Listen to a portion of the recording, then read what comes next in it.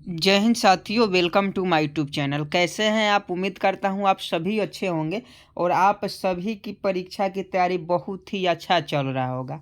आप सभी जानते हैं कि बिहार मद्य निषेध 689 पोस्ट का जो एग्ज़ाम है 14 मई को होने वाला है और आप सभी का एडमिट कार्ड भी डाउनलोड हो चुका होगा और आप अपना एग्ज़ाम सेंटर भी देख लिए होंगे।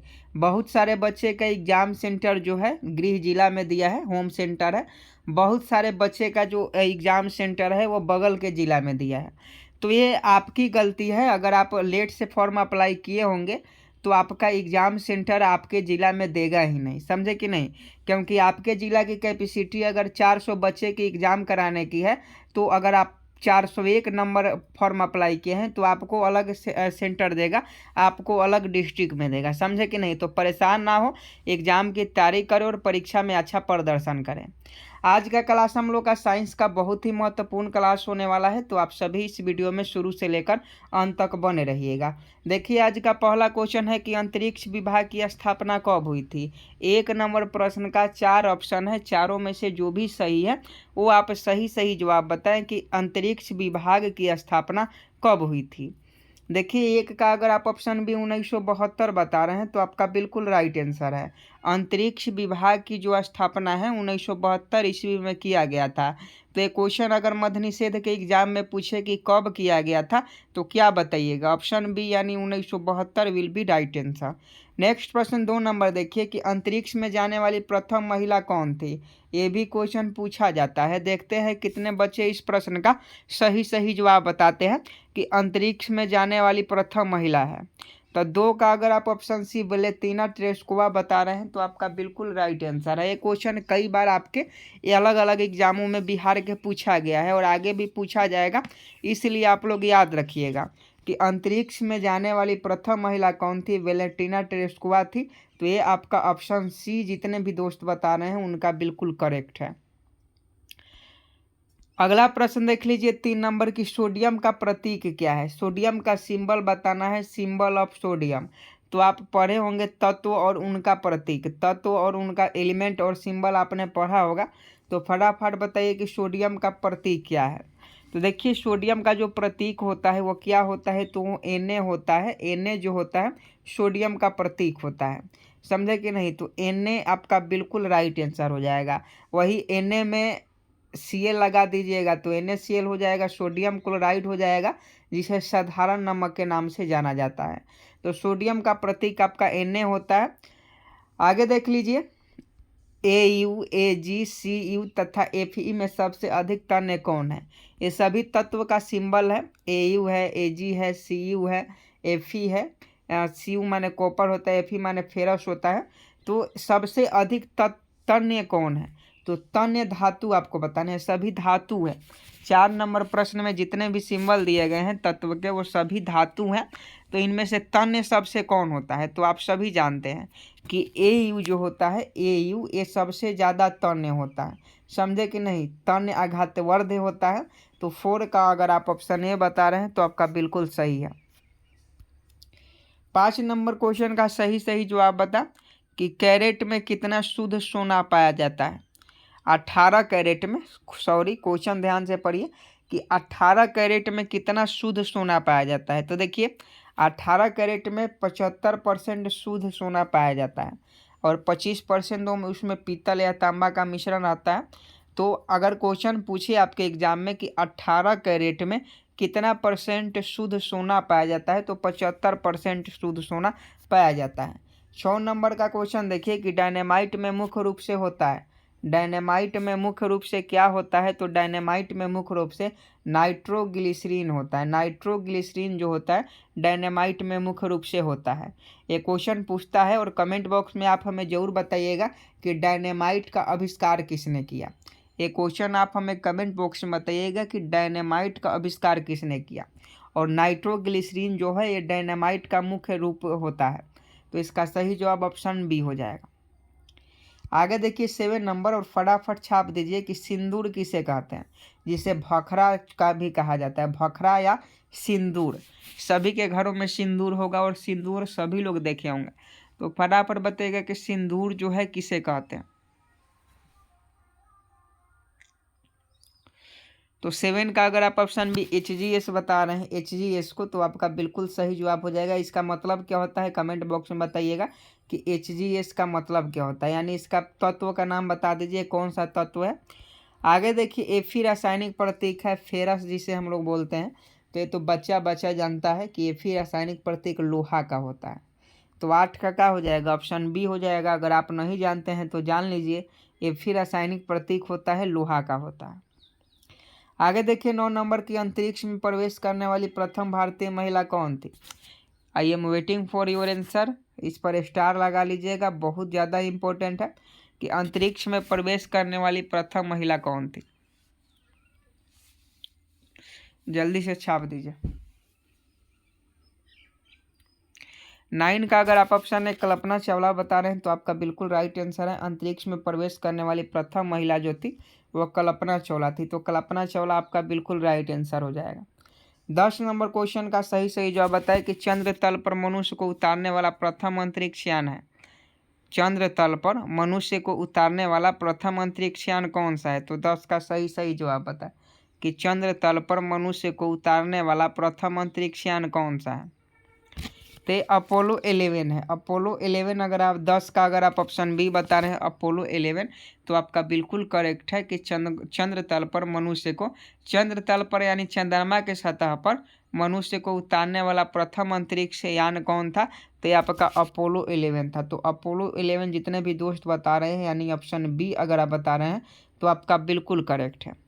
11 नंबर क्वेश्चन का सही सही जवाब बताएं कि विदेशी भूमि से छोड़ा गया भारत का पहला वैज्ञानिक उपग्रह कौन है। आपको बताना है कि विदेशी भूमि से यानी भारत से उस उपग्रह को नहीं छोड़ा गया था। वह उपग्रह जो था भारत का था लेकिन उसे विदेशों से छोड़ा गया। तो 11 का सही सही जवाब बता। तो ये आपका आर्यभट्ट आपका बिल्कुल राइट आंसर हो जाएगा। आर्यभट्ट सोवियत संघ रूस की सहायता से छोड़ा गया था। तो आर्यभट्ट आपका बिल्कुल सही जवाब हो जाएगा। और यह भारत का पहला वैज्ञानिक उपग्रह था आर्यभट्ट। तो 11 का अगर आप ए बता रहे हैं तो आपका बिल्कुल करेक्ट है। 12 नंबर क्वेश्चन का सही सही जवाब बताएं कि ऑटोमोबाइल बैटरी में कौन सा अम्ल प्रयोग किया जाता है। ऑटोमोबाइल बैटरी में फटाफट 12 का सही सही जवाब बताइएगा। I am waiting for your answer कि ऑटोमोबाइल बैटरी में कौन सा अम्ल का प्रयोग किया जाता है। तो 12 का अगर H2SO4 यानी सल्फ्यूरिक अम्ल, H2SO4 को हम लोग सल्फ्यूरिक अम्ल कहते हैं। तो अगर आप सल्फ्यूरिक अम्ल बता रहे हैं तो आपका बिल्कुल राइट आंसर है। आगे देखिए 13 नंबर की आयल ऑफ विक्टोरियल किसे कहते हैं। Oil of विक्टोरियल, oil of vitriol किसे कहते हैं। आयल ऑफ विट्रियोल किसे कहते हैं फटाफट बताइएगा। आयल ऑफ विट्रोलियल किसे कहते हैं। तो 13 का अगर आप ऑप्शन डी H2SO4 बता रहे हैं तो आपका बिल्कुल राइट आंसर हो जाएगा। सल्फ्यूरिक अम्ल को ही, सल्फ्यूरिक अम्ल को ही जो है आयल ऑफ विक्टोरियल के नाम से जाना जाता है। आगे देखिए 14 नंबर चांदी का रासायनिक प्रतीक कौन सा है। दो ही ऑप्शन है, 50-50 का सवाल है, इधर 50 है और इधर 50 है। तो फटाफट सही जवाब बताए कि कौन सा सही जवाब हो जाएगा कि चांदी का रासायनिक प्रतीक। इसमें भी अगर आप गलती कीजिएगा तो आपका सिलेक्शन नहीं होने वाला है क्योंकि इतना छोटा सा क्वेश्चन आपको याद नहीं है। तो 14 का अगर आप ऑप्शन बी चांदी का रासायनिक प्रतीक Ag बता रहे हैं तो आपका बिल्कुल सही जवाब है। Ag जो है चांदी का प्रतीक होता है और Au जो होता है गोल्ड का यानी सोना का प्रतीक होता है। तो दोनों याद रखिएगा। और देखिए अभी तक आप इस वीडियो को लाइक नहीं किए हैं तो रिक्वेस्ट है कि आप सभी वीडियो को लाइक कर चैनल को सब्सक्राइब कर लें ताकि आने वाली सभी वीडियो का नोटिफिकेशन आप तक पहुंच सके। 15 का सही सही जवाब बताए कि सल्फर के अणु का सही सूत्र क्या है। और इसमें बहुत सारे बच्चे गलती करेंगे और बिल्कुल इजी क्वेश्चन है, लेकिन देखिएगा बहुत सारे बच्चे जो हैं गलती करेंगे। देखते हैं 15 का कितने लोग का सही जवाब होएगा। आप सभी जानते हैं कि 76 में ओजोन का अणु पूछा था। आपने 76 पोस्ट का एग्जाम दिया होगा बिहार मध्य निषेध का, तो उसमें पूछा था कि ओजोन के में ऑक्सीजन के कितने अणु होते हैं, तो ओजोन का सूत्र O3 होता है, यानी ऑक्सीजन के 3 अणु होते हैं। समझे कि नहीं? इसमें बहुत सारे बच्चे गलती किए थे। और अगर क्वेश्चन यही बिल्कुल छाप दे कि सल्फर के अणु का सही सूत्र क्या है, तो इसमें भी बहुत सारे बच्चे गलती करेंगे, क्योंकि वो छोटे छोटे प्रश्न जो है वो इम्पोर्टेंट है, लेकिन वो पढ़ते नहीं हैं, वो BPSC लेवल का क्वेश्चन पढ़ते हैं। तो 15 का सही जवाब बताएं तो S8 अगर बता रहे सल्फर के 8 अणु, सल्फर के अणु कितने होते हैं, तो सल्फर के 8 अणु होते हैं। तो S8 अगर आप बता रहे हैं तो आपका बिल्कुल सही जवाब है, यानी 15 का ऑप्शन भी सही जवाब है। आगे देखिए C2H का सूत्र है, C2H का सूत्र क्या सूत्र है, इसका बताइए कि इसका नाम क्या है। C2H का इसका नाम बताइए, सब केमिस्ट्री का क्वेश्चन है। तो इसको हम लोग इथाइल अल्कोहल कहते हैं। एस देकर घबरा गए होंगे, लेकिन एस देकर घबराना नहीं है। C2OH रहता तो इथाइल अल्कोहल, और C2HSOH रहे तभी इथाइल अल्कोहल ही कहेंगे।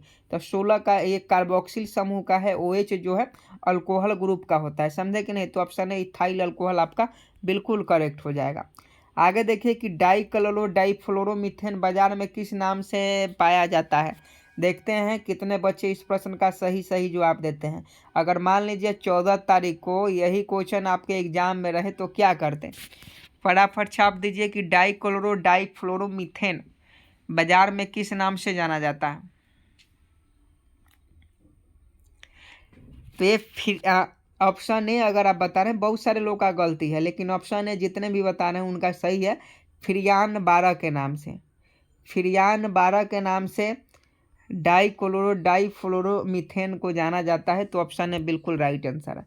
आगे देखिए 18 नंबर के क्विक सिल्वर का रासायनिक नाम क्या है। देखते हैं कितने लोग इस प्रश्न का सही जवाब बता पाते हैं कि क्विक सिल्वर का रासायनिक नाम क्या है।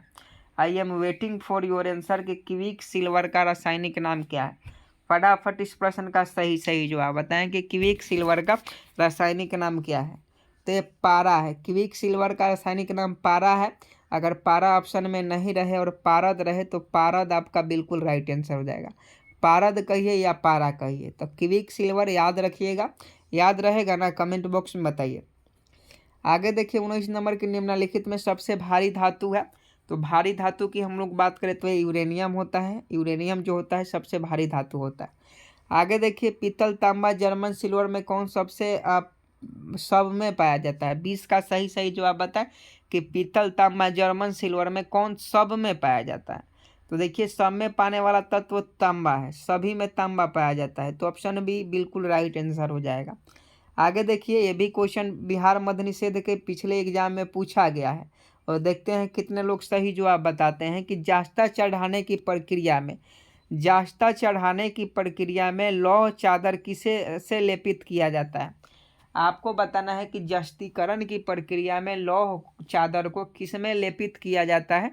तो आप सभी जानते हैं कि जिंक में, जास्ता में। जो ऑप्शन बी है वो बिल्कुल राइट आंसर हो जाएगा। जास्ता का लेप चढ़ाया जाता है लोहे पर ताकि उसमें जंग ना लगे। आगे देखिए विक्रम साराभाई अंतरिक्ष केंद्र कहाँ स्थित है। ये क्वेश्चन शायद ऑलरेडी हम करवा चुके हैं। तो विक्रम साराभाई अंतरिक्ष केंद्र की बात करें तो त्रिवेंद्रपुरम में स्थित है। आगे देखिए मंगल ग्रह पर उतरने वाला पहला अंतरिक्ष कौन है। ये भी क्वेश्चन याद रखिएगा कि मंगल ग्रह पर उतरने वाला पहला अंतरिक्ष यान कौन है। तो ये आपका पाथ फाइंडर हो जाएगा। पाथ फाइंडर जो है मंगल ग्रह पर उतरने वाला पहला अंतरिक्ष यान है। तो 23 का ऑप्शन डी सही जवाब हो जाएगा। आगे देखिए 24 नंबर की शुद्ध कार्बन का सबसे कठोर रूप कौन सा है। शुद्ध कार्बन का सबसे कठोर रूप, तो शुद्ध कार्बन का सबसे कठोर रूप जो है ये आपका हीरा है। हीरा आपका बिल्कुल सही जवाब है। शुद्ध कार्बन का सबसे कठोर रूप कौन सा है? हीरा है। तो हीरा आपका बिल्कुल करेक्ट हो जाएगा। 25 का सही जवाब बताए कि निम्न में सबसे कठोरतम पदार्थ है। निम्न में सबसे कठोरतम पदार्थ कौन सा है। तो ये कठोरतम पदार्थ जो है हीरा है। निम्न में सबसे कठोरतम पदार्थ कौन सा है? तो हीरा है। तो हीरा आपका बिल्कुल राइट आंसर हो जाएगा, जो कार्बन का अपरूप है। सोडियम का परमाणु संख्या कितना होता है। तो सोडियम का सूत्र अभी आपको बताया Na होता है, और इसका परमाणु संख्या जो होता है ये कितना होता है। तो इसका परमाणु संख्या जो होता है वो 11 होता है। याद रखिएगा, सोडियम का परमाणु संख्या 11 होता है। अमलगम में रहता है, अमलगम में रहता है। बहुत ईजी क्वेश्चन है, लेकिन बहुत सारे बच्चे कंफ्यूज होंगे, तो फटाफट बता दीजिएगा कि अमलगम में रहता है। तो अमलगम में Hg रहता है, यानी पारा रहता है। आगे देखिए, अधिकतम तन्यता वाला धातु है, अधिकतम तन्यता वाला धातु। तो अधिकतम तन्यता वाला धातु की बात करें तो ऑप्शन देख लीजिए, ये आपका क्या हो जाएगा, तो ये आपका सोना हो जाएगा। ऊपर भी बताया है कि आघातवर्धनीय और तन्य जो होता है वो सोना होता है। आगे देखिए, 29 नंबर के निम्नलिखित में से किस धातु का तार आसानी से खींचा जा सकता है। 29 का सही जवाब बताए। तो आप सभी जानते हैं, विद्युत में जो भी तार प्रयोग किया जाता है वो तांबा का प्रयोग किया जाता है, क्योंकि ये आसानी से खींचा जा सकता है। तो 29 का ऑप्शन भी बिल्कुल सही जवाब है। आगे देखिए, निम्न में कौन तार खींचने योग्य सबसे नमनीय धातु है। तो देखिए, नमनीय धातु तो सोना है। तार खींचने योग्य सबसे नमनीय धातु जो है सोना है, लेकिन सोना महंगा होता है, इसी कारण से इसका जो है तार नहीं बनाया जाता है। समझे कि नहीं, सोना बहुत महंगा होता है। आगे देखिए, जल में कम घुलनशील गैस है और सोना का तार बनाकर पोल पर टांगिएगा, दिन में काट लेगा सब। आगे देखिए, 31 नंबर की जल में सबसे कम घुलनशील गैस है। 31 का सही जवाब बताए कि जल में सबसे कम घुलनशील गैस कौन सा है। तो 31 का अगर आप ऑप्शन है N2 बता रहे हैं तो आपका बिल्कुल राइट आंसर है, जल में सबसे कम घुलनशील गैस जो है N2 है। आगे देखिए, 32 नंबर की CaCO3 में कार्बन का प्रतिशत कितना है। तो कैल्शियम कार्बोनेट जिसे हम लोग बोलते हैं CaCO3, तो इसमें कार्बन का जो प्रतिशत होता है वह आपका 12% होता है, इसमें कार्बन 12% होता है। आगे देखिए, हैलोजन में सर्वाधिक प्रभावशाली ऑक्सीकरण करता है, ये भी क्वेश्चन बहुत इंपॉर्टेंट है। देखते हैं कितने लोग इस प्रश्न का सही जवाब बताते हैं कि हैलोजन में सर्वाधिक प्रभावशाली ऑक्सीकरण करता है। तो ये आपका फ्लोरीन है। फ्लोरीन जो होता है सबसे ज़्यादा हैलोजन परिवार में ऑक्सीकरण करता है। आगे देखिए, अम्ल वर्षा मुख्यतः किस गैस के कारण होती है। तो अम्ल वर्षा जो होती है SO2 के कारण होती है मुख्यतः। SO2 NO2 रहता तो ये भी सही होता, लेकिन NO2 नहीं है, इसलिए SO2 आपका ऑप्शन सी सही जवाब है। मीथेन का रासायनिक सूत्र क्या होता है। तो आप सभी जानते हैं CH4 जो होता है, ऑप्शन बी बिल्कुल करेक्ट है, CH4 मीथेन का रासायनिक सूत्र होता है। आगे देखिए, सोडा वाटर बनाने के लिए कौन सी गैस प्रयुक्त की जाती है। तो सोडा वाटर बनाने के लिए आप सभी जानते हैं शुष्क कार्बन डाइऑक्साइड यानी CO2 का प्रयोग किया जाता है। तो ऑप्शन सी सही जवाब हो जाएगा।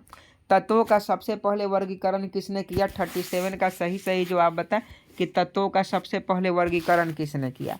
तो किसने किया, फटाफट बताइए कि तत्वों का सबसे पहले वर्गीकरण किसने किया।